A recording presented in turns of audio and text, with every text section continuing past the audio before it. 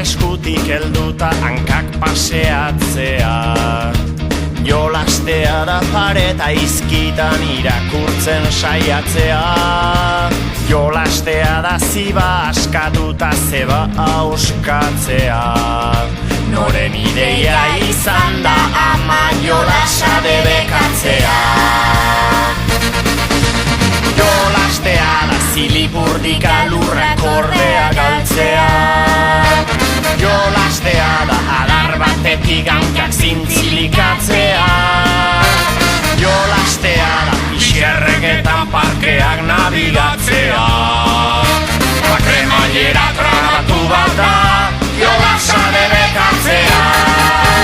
Jolastea da denbora pasa ordularia galtzea. Jolastea da enbor batean zirkuluak kontatzea. Jolastea da kabira igo eta kuku kantatzea. Tamasailean atzmarka bat da jolasa debekatzea.